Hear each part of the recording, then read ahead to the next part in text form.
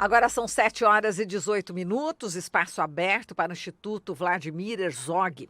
No último domingo ocorreu a eleição dos conselheiros tutelares em todo o país e num movimento parecido com o que vimos já nas eleições presidenciais em 2018, a escolha dos candidatos virou uma disputa no campo político polarizada entre grupos de esquerda e direita e intensa campanha em grupos de WhatsApp nas redes sociais. Ao todo, são eleitos 5 conselheiros por município com um mandato de 4 anos que devem trabalhar na proteção dos direitos das crianças e dos adolescentes, zelando pelo cumprimento do Estatuto da Criança e do Adolescente, o ECA. Bom, para falar sobre esse assunto, a gente convidou a Jaqueline Teixeira, ela que é antropóloga e pesquisadora. Olá, Jaqueline, bom dia. Olá, bom dia a todas e todos. Bom, Jaqueline, o Conselho Tutelar, ele surgiu, né, nasceu em 13 de julho de 1990, junto com a criação do Estatuto da Criança e do Adolescente, o ECA. Segundo a lei, né, 8.069, os conselheiros devem ser escolhidos um ano após a eleição presidencial. Em diversos municípios, houve o embate entre grupos religiosos, católicos, evangélicos, lembrando, né, que nessas religiões sempre há as alas progressistas e as mais conservadoras, né? Como é que você viu, né, essa eleição deste ano, hein, Jaqueline? Eu gostaria só de acrescentar uma informação que eu também sou professora da Faculdade de Educação da USP, né? Então, de alguma maneira, por conta dessa relação forte, né, entre infância, conselho tutelar e educação, a gente tem acompanhado um pouco mais esse processo eleitoral para tentar entender um pouco esses fenômenos, né? Eu acho que uma questão fundamental para a gente pensar, primeiro, né, eu acho que é fundamental reconhecer que esse ano houve uma diferença substancial na própria campanha, no processo, na divulgação e na visibilidade, né, que foi dada aos processos eleitorais relacionados ao Conselho Tutelar, mas é importante a gente entender também que a presença de pessoas religiosas nos conselhos tutelares não é uma especificidade da eleição de 2019. Na verdade, as pessoas pertencentes a determinadas religiões ocupam posições, se candidatam e ocupam posições nos conselhos tutelares praticamente desde que esse dispositivo foi criado em 1990, com a criação do ECA, exatamente porque existe, né, uma espécie, podemos chamar de uma espécie de uma tradição nacional, de uma relação de parceria e de colaboração entre religiões e o Estado.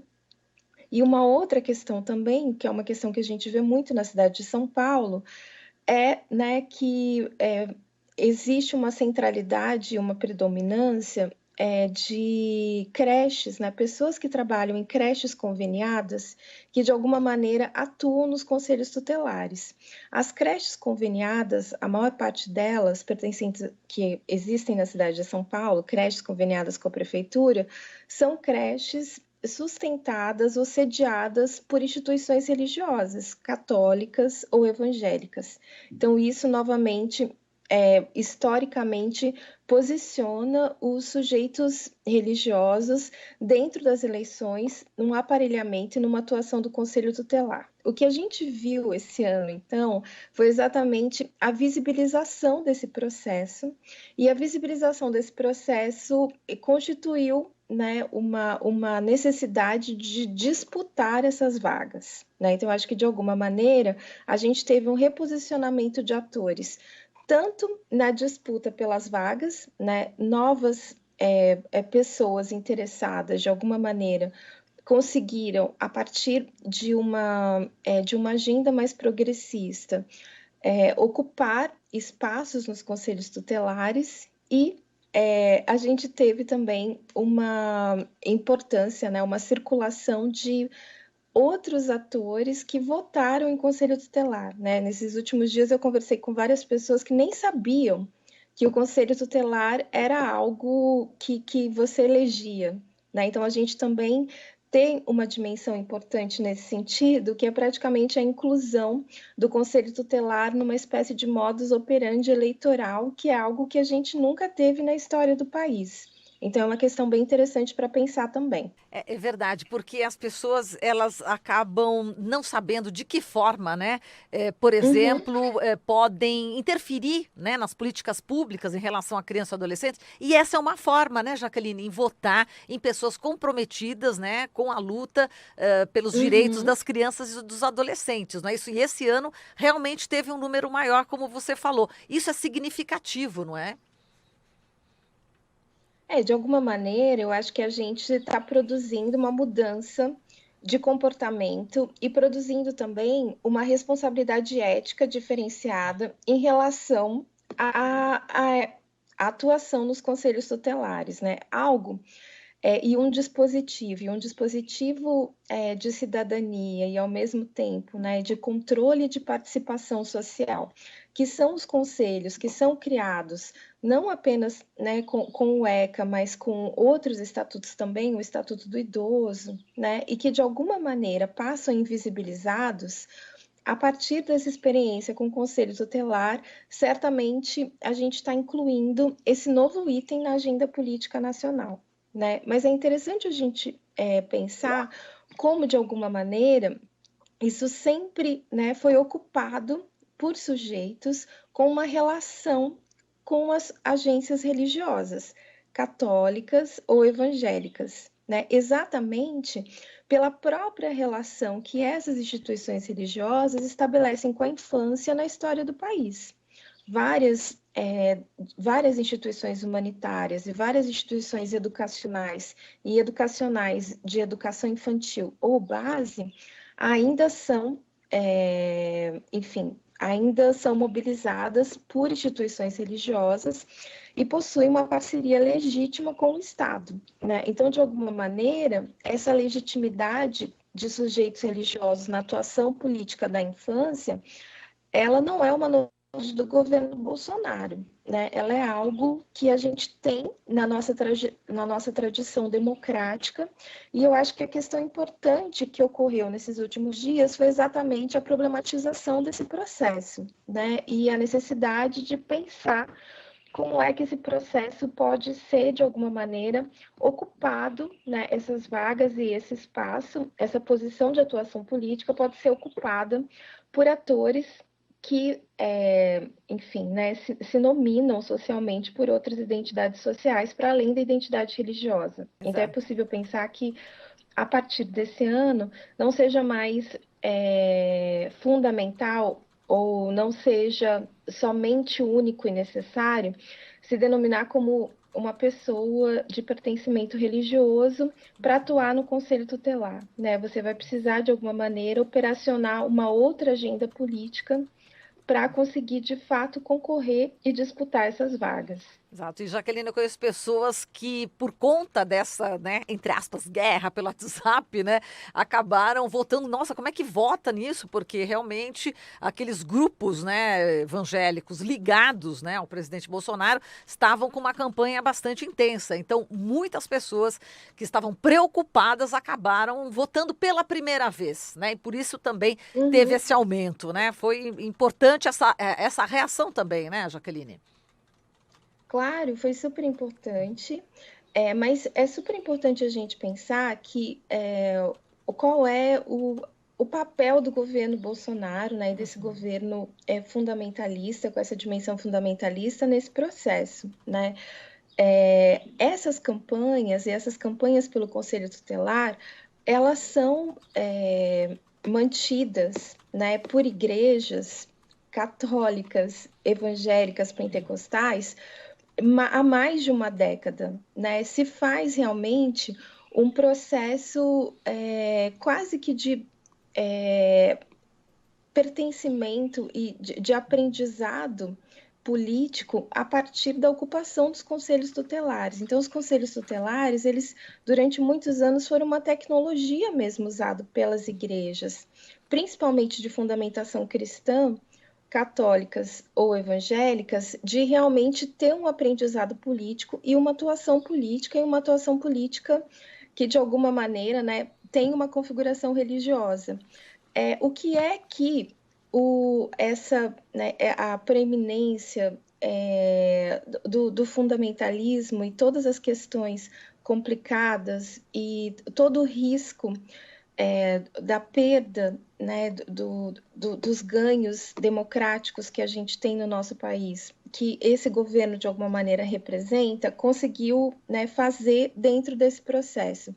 De alguma maneira, a gente olhou para isso, né? A gente olhou para uma coisa que já acontecia há muito tempo. E esse olhar, né, esse enquadramento, permitiu com que novos atores, novos sujeitos passassem a circular nesse processo, a disputar esse processo, né? Então, a gente quase que reproduziu praticamente nesses últimos dias, principalmente na cidade de São Paulo, né? Isso não é uma questão nacional, mas é uma questão que de alguma maneira permeou grandes centros e teve uma centralidade importante em São Paulo e no Rio de Janeiro, por exemplo, de você, de alguma maneira, disputar essas vagas quase que numa dimensão polarizada, como aconteceu na eleição presidencial em outubro de 2018, né? Então, a gente praticamente reproduziu a mesma gramática na disputa pelos conselhos. Segundo, né, os dados que a gente viu divulgado, né, desde segunda-feira, em São Paulo essa estratégia, de alguma maneira, deu certo, né? Os conselhos, eles estão praticamente, né, 50% das pessoas, né, eleitas, de alguma maneira, têm uma relação mais progressistas e não são necessariamente relacionadas a instituições religiosas. Então, de alguma maneira, a gente pode pensar que a gente teve uma renovação desses quadros, né? E, consequentemente, com essa renovação desses quadros, novos processos de resistência e de ocupação política virão. Exato. E as consequências, né? O reflexo que isso pode ter também na eleição de 2020, eleições municipais. Eu acho que com certeza vai ter, né? Pela própria constituição dos conselhos tutelares, não existe uma relação direta entre a gestão municipal e o trabalho dos conselheiros, né? A ideia, de alguma maneira, é que o conselho ele tem uma autonomia e essa autonomia ela seja superior à própria atuação da União, né? A própria atuação do governo federal, governo estadual e governo municipal. Agora, tem uma questão importante que os conselhos tutelares constituem e que é uma atuação que a gente praticamente não vê muito, porque ela não aparece talvez no âmbito mais macro, mas o conselho tutelar ele tem uma estrutura sedimentar, né? Ele capilariza a atuação do Estado e a atuação de cuidado do Estado, e nesse caso específico com as crianças.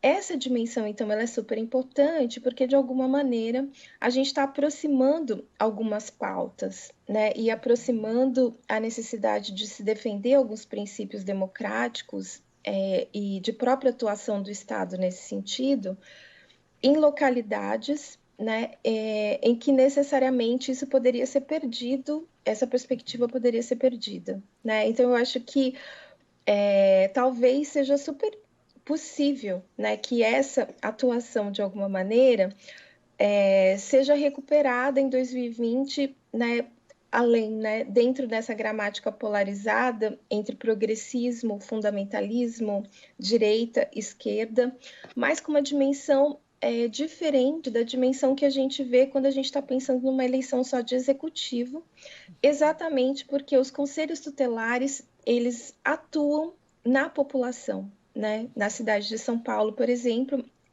os conselhos são organizados por subprefeitura.